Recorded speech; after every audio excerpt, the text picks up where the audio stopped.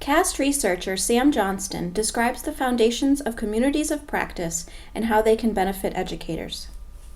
Communities of practice, any community practice requires sort of three key ingredients to be able to exist. They require a domain of knowledge that's meaningful to the people that are going to be part of that community. They require a community that's going to come together and be willing to learn from one another and with one another in a sustained way.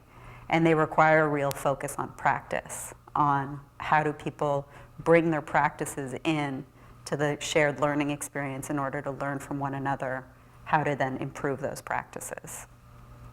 These three areas of domain, community, and practice are becoming increasingly important for people who want to learn, often when learning is very challenging. So you think about teachers having to learn to integrate vastly new technologies, how to work with much more diversity in their classroom, and how to integrate practices that are kind of theory-based and research-based that have increasingly started to come to the classroom and be mandated.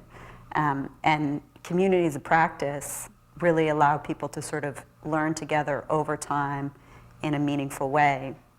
And another thing that they do that really has a lot of validity for teachers who are increasingly forming communities of practice is that they allow for theory and processes, which often come down from the top, to be tested against how well they work in practice. So, you know, it's a process of sort of continual tryout and feedback, and so the theories also are enriched because it's all of a sudden becomes a two-way street where the practice and how it works then informs whether or not the theory is or isn't relevant.